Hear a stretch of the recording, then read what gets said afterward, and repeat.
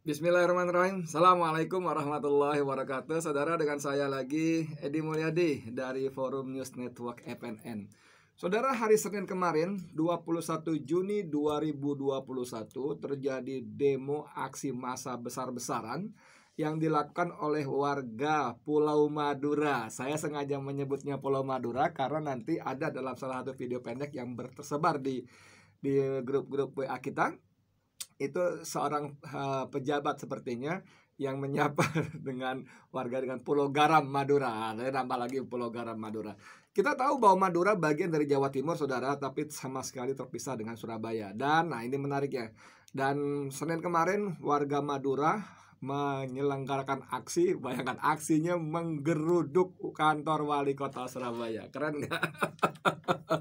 Dasar ya, Madura kok dilawan gitu. Anda ingat ketika Gubernur Jawa Timur Khofifah Indar Parawansa beberapa waktu lalu bersama tim Satgas Covid-nya menjelaskan perkembangan Covid di Jawa Timur pasca libur Lebaran.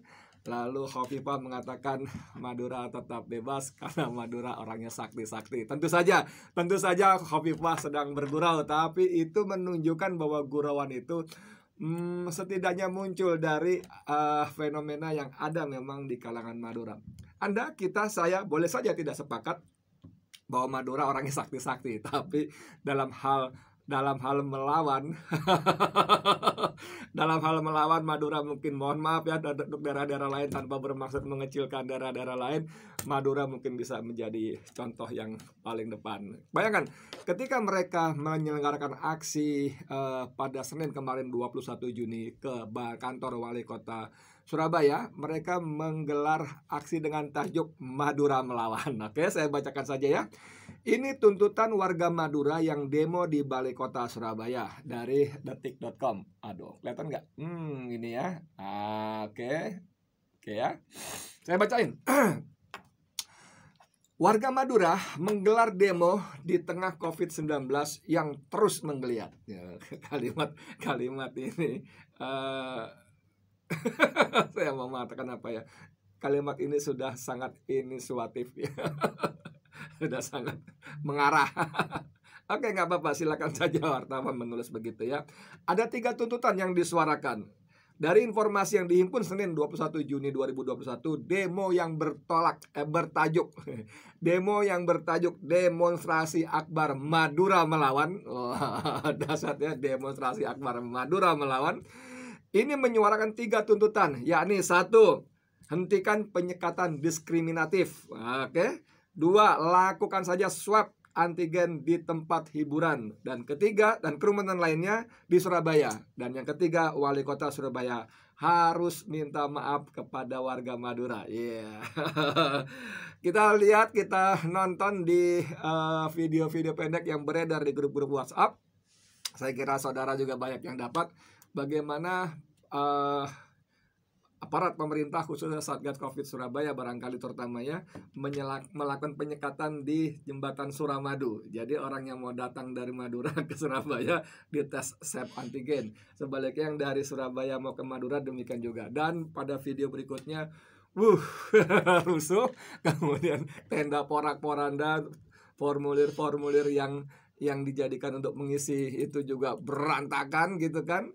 KTP yang telanjur diserahkan juga, waduh, harus rebutan lagi KTP. Saya sengaja tidak menampilkan video itu karena saya khawatir ada kesan provokatif ya.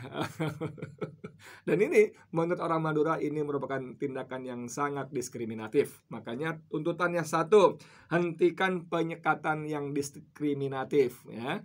Kedua, lakukan saja swab antigen di tempat hiburan dan tempat-tempat kerumunan lainnya di Surabaya. Di Surabaya, jangan di Madura, jangan di perbatasan.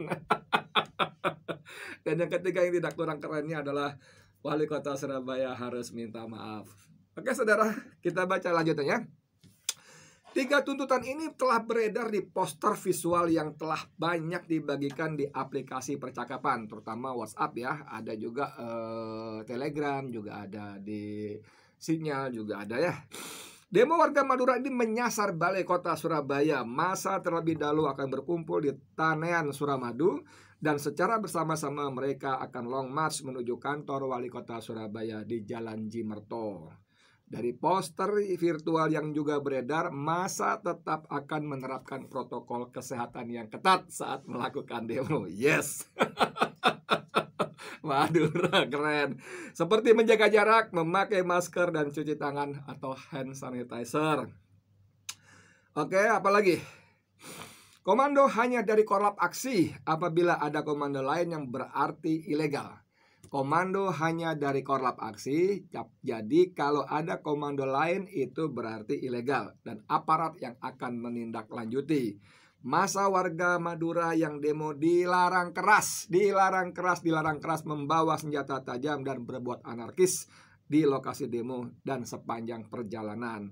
Masa demo harus satu jalur dan tidak boleh terpisah. Masa juga tidak diperkenankan membawa atribut atau bendera lembaga dan organisasi masing-masing karena demo digelar atas nama warga Madura. Oke. Saya ada beberapa video pendek yang saya pikir perlu juga ya. Ini beberapa, cuma 2 saja. Sebentar ya. Saya harus maksimalkan volumenya supaya maksimal kita mendengar.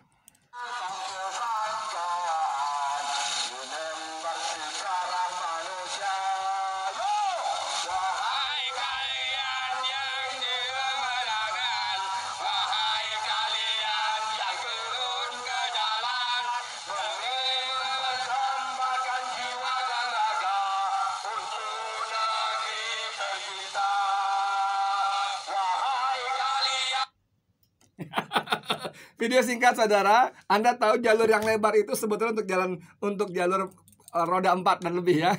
Sementara jalur yang kecil itu untuk sepeda motor. Tapi karena namanya juga aksi, mereka tumpah ruah di jalan lebar yang untuk kendaraan roda 4 atau lebih. Ada sih beberapa saja. Dan menariknya mereka tetap dengan ciri khasnya ya. Mereka memakai kaos loreng-loreng merah putih. Aduh, itu luar biasa sekali saudara. Dan apa hasilnya? Hasilnya ada ini. Saya tidak tahu persis, tapi seperti seorang aparat pemerintah yang mengatakan begini. Bagaimana Pak keputusan ini? Alhamdulillah, sekarang saya sudah tidak segan-segan akan kita kerja keras dari Madura ke Surabaya. Sudah ada respon dari Wali Kota Surabaya. Besok tidak ada kegiatan di Suramadu. Swab tidak ada seperti biasa. Mohon maaf kepada pelanggaran Madura, tapi jaga protokol kesehatan dan jaga jarak. Betul. Keren ya. Madura dilawan. Madura melawan, Madura jangan dilawan. Jadi Bapak ini sepertinya aparat pemerintah ya. Dia sampai mengatakan alhamdulillah dia tidak perlu lagi bekerja keras untuk menyekat dari Madura ke Surabaya. Dan dia juga menyampaikan permohonan maaf kepada warga Pulau Garam Madura, saudara. Menyampaikan permohonan maaf. Dan menurut dia wali kota sudah memutuskan, wali kota Surabaya maksud saya, sudah memutuskan tidak ada lagi penyekatan untuk keesokan harinya. Nah saudara sekalian, sebetulnya apa yang dilakukan oleh warga Madura ini, mohon maaf sekali, ini menjadi representasi perasaan oleh warga-warga di lain tempat, di pulau lain, suku lain, mau apalah menyebutnya, tapi artinya di seantero Indonesia. Cuman bedanya adalah kalau warga Madura bisa atau bahkan berani mengekspresikan perasaannya dengan demo besar melawan Madura, melawan saudara. Sementara kita di banyak daerah lain cenderung mohon maaf lagi menumpahkan amarah kesal dalam media sosial, entah di grup WhatsApp, di Facebook, di Instagram, di Twitter ya. Kita bisa bacalah kalau bagaimana netizen menumpahkan sumpah serapanya terhadap cara pengelolaan pemerintah dalam mengelola COVID-19 ini. Nah, ini sebetulnya ada lagi, saya katakan tadi ini aspirasi atau bahkan representasi sikap sebagian besar warga negara Indonesia, WNI. Karena pada akhirnya mereka melihat sepertinya corona ini seperti kok pilih-pilih mangsa gitu ya di tangan penguasa hari ini. Sepertinya ya. Anda contoh paling gampang lah, corona itu memilih mangsa kepada orang-orang yang berseberangan dengan kekuasaan. Habib Rizik lah yang paling nyata, Habib Rizik ya, sama-sama kerumunan tapi perlakuannya dahsyat sekali. Dia ditangkap ditahan, diperiksa, disidang dengan 3 sidang, dengan 18 dakwaan, dengan pasal-pasal yang ancaman hukumannya sampai 10 tahun. Dahsyat sekali kerumunan. Pada saat yang sama, kerumunan yang serupa juga dilakukan oleh para penguasa, para pejabat publik, dan tidak menuai satupun pasal yang dilekatkan pada mereka. Bagaimana Presiden Jokowi misalnya di NTT berkali-kali berkerumun, membuat kerumunan, tidak tersentuh hukum sama sekali. Dan yang terakhir waktu dia melepaskan jaket merahnya dan diberikan kepada seorang anak muda yang berteriak, "Lanjutkan Joko 3 periode." Itu juga tak tersentuh oleh hukum sama sekali. Memang sungguh-sungguh sangat ironis ya. Kemudian sebagai presiden dia juga menyempatkan diri hadir dalam sebuah acara pernikahan artis yang punya subscriber pelanggan sampai 28 jutaan. Dahsyat sekali ya. Juga tak tersentuh. Begitu juga dengan Prabowo Subianto Menhan yang ikut sama-sama hadir di acara tersebut. Dan ketika yang baru lagi Menteri Pariwisata dan Ekonomi Kreatif Sandiaga Uno di NTB kalau nggak salah juga hadir dalam sebuah acara resmi kenegaraan dan memancing kerumunan yang dahsyat sekali dan juga tak tersentuh hukum sama sekali. Jadi memang rakyat melihat bahwa corona ini sepertinya pilih kasih ya. Corona pilih kasih, atau jangan-jangan sambil bercanda sudah ada MOU antara penguasa kita dengan corona COVID-19 ini. Saudara corona dan kawan-kawan, kalian hanya boleh menyerang kerumunan yang ditimbulkan oleh non pemerintah, khususnya mereka yang berseberangan dengan kekuasaan. Mau siapa aja, Habib Rizik khususnya, para pengikutnya yang datang ke Pengadilan Negeri Jakarta Timur dalam sidang-sidang sebelumnya. Anda bisa lihat kan diangkut dengan dalih bolak-balik corona. Gitu loh, ya. Jadi kayaknya seperti ada begitu. Sudah pasal kedua, saudara-saudara corona dan kawan-kawan, kalau kami penguasa bikin acara, kalian dilarang datang. Tidak boleh supaya kami tidak kena corona. Kan seperti itu sepertinya sambil bercanda-bercanda. Jadi sungguh aneh perilaku COVID di negeri ini. Sama anehnya dengan para kepala negara. Corona mendatangi masjid tapi tidak datang ke tempat ibadah lain. Wah ini namanya apa ya? Ini bercandaan netizen kadang-kadang keterlaluan juga. Apa iya gitu ya? Tapi memang dari tayangan-tayangan bolak-balik kita lihat bahwa para petugas Satgas Covid itu sibuk berkali-kali mendatangi masjid, musola, langgar surau dan sebagainya untuk berteriak-teriak menegakkan protokol kesehatan. Dan kita barangkali hampir tidak pernah, mungkin saya hampir tidak pernah melihat, mendengar para petugas Satgas Covid ini juga mendatangi tempat ibadah yang lain dengan seruan yang sama. Corona menyerbu sekolah tapi tidak mengganggu orang-orang yang menghabiskan waktunya di mal dan department store. Corona juga mengancam jamaah salat yang dirapatkan walaupun cuma beberapa menit saja. Saudara, kalau salat paling panjang salat Isya ya. Saya sebut paling panjang karena jumlahnya 4 rakaat dan bacaannya zahar, 2 rakaat pertama zahar. Zuhur, asar 4 rakaat juga tapi bacaannya sir, tidak terdengar. Jadi bisa lebih singkat.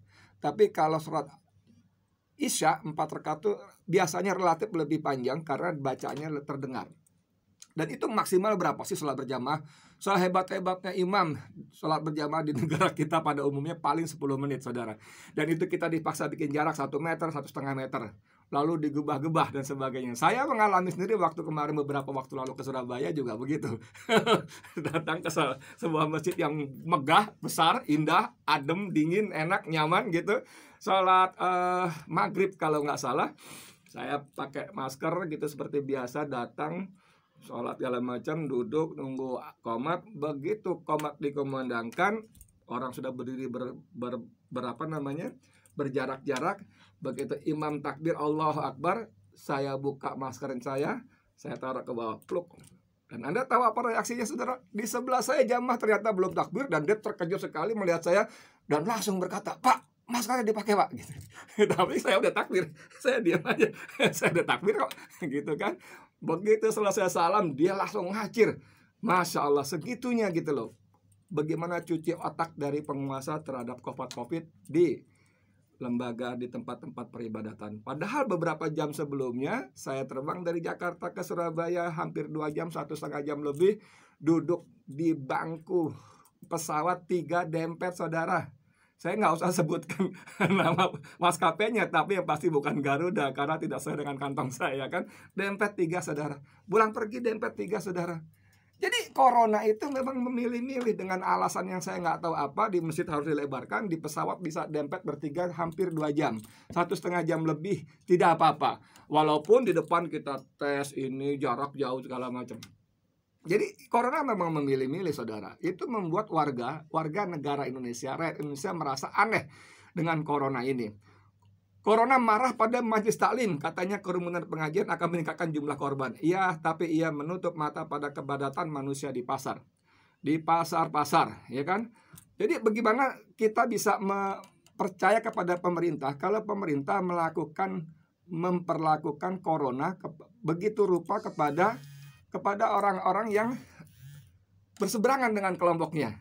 Jadi saudara, sekali lagi bahwa kalau Madura melawan, saya pikir itu masuk akal.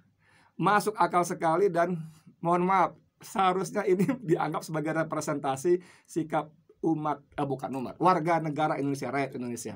Ya, dan ini pelajaran buat penguasa, please deh. Please, kalian jangan perlakukan rakyat secara diskriminatif. Seolah-olah ada MOU antara kalian dengan COVID sehingga kalian bisa ngapain aja, bikin kerumunan dan sebagainya. Sementara di luar kelompok kalian harus diambil tindakan yang sangat tegas, bahkan penuh dengan kezaliman seperti yang dialami Habib Rizik Syihab. Madura melawan. Oke, assalamualaikum warahmatullahi wabarakatuh. Saya Edi Mulyadi untuk FNN.